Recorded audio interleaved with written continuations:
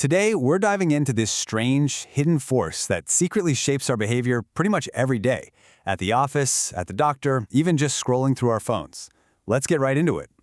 I mean, really think about it for a second. The last time your boss strolled past your desk, or you spotted a security camera staring at you in a store, did you kind of sit up a little straighter?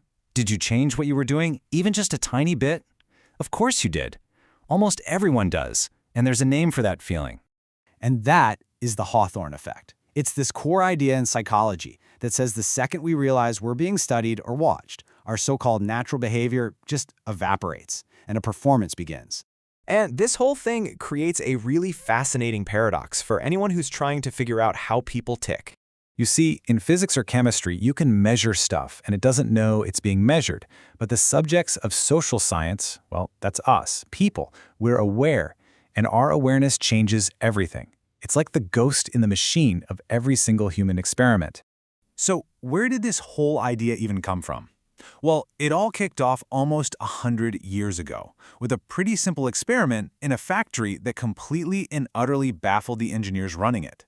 Okay, so picture this. It's 1924, at this huge factory called the Hawthorne Works. Researchers came in with what they thought was a super simple idea. The thinking at the time was that workers were basically just biological machines. So, if you improve the conditions, like the lighting, the output will improve. Simple, right? Turns out, not so much.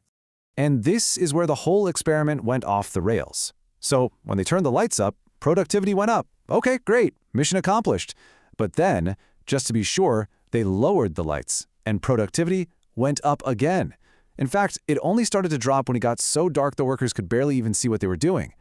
The engineers were completely stumped. So they had to try something new. They took a small group of women, put them in their own special room, and started changing everything. They gave them more breaks, they shortened their hours, and then they took the breaks away and made the hours longer again. But here's the crazy part. No matter what they did, productivity just kept on rising.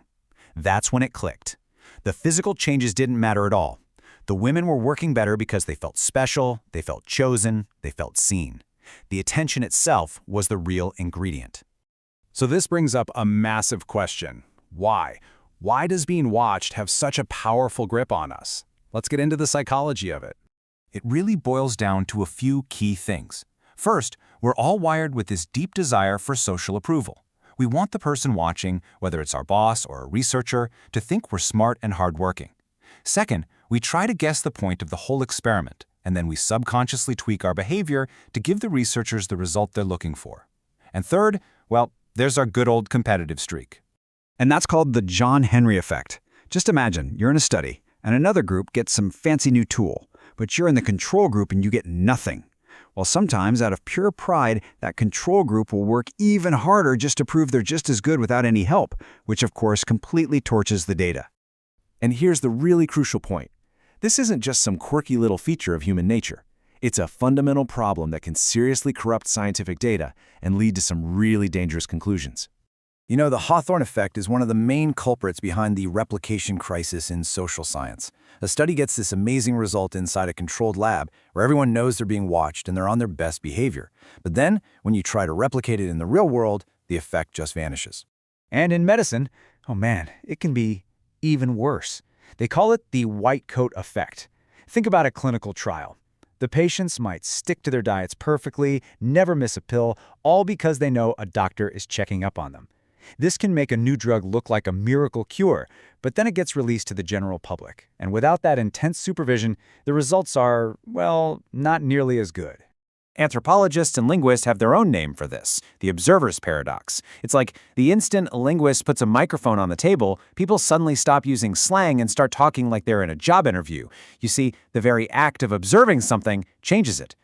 Now, let's bring this all home, because this effect, discovered in a factory a century ago, has accidentally become the defining condition of our lives in the 21st century. There was this philosopher Michel Foucault who talked about a concept called the panopticon. The idea is simple. It's a prison where the guard can see everyone, but the prisoners never know if they're being watched at any given moment. So what happens? They start policing their own behavior, all the time, just in case. They become their own guard. Sound familiar? Yeah, it should, because today the panopticon isn't a prison tower, it's the smartphone in your pocket. We are constantly, and I mean constantly, curating our lives for an invisible audience on social media, performing a version of ourselves we hope people will like.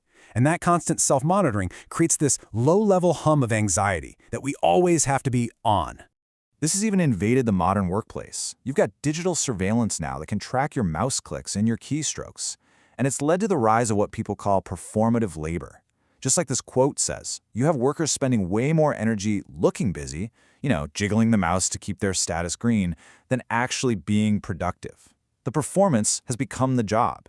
So when you boil it all down, the big takeaway here is something like a social version of Heisenberg's uncertainty principle from physics. The simple act of studying humanity changes the very humanity we're trying to understand. The observer is never, ever neutral. Which leaves us with one final, pretty heavy thought. If we are always performing for some kind of audience, whether it's real or just imagined, our boss, our followers, an algorithm, we are carrying a constant psychological weight. So, in a world that's always watching, have we forgotten how to just be?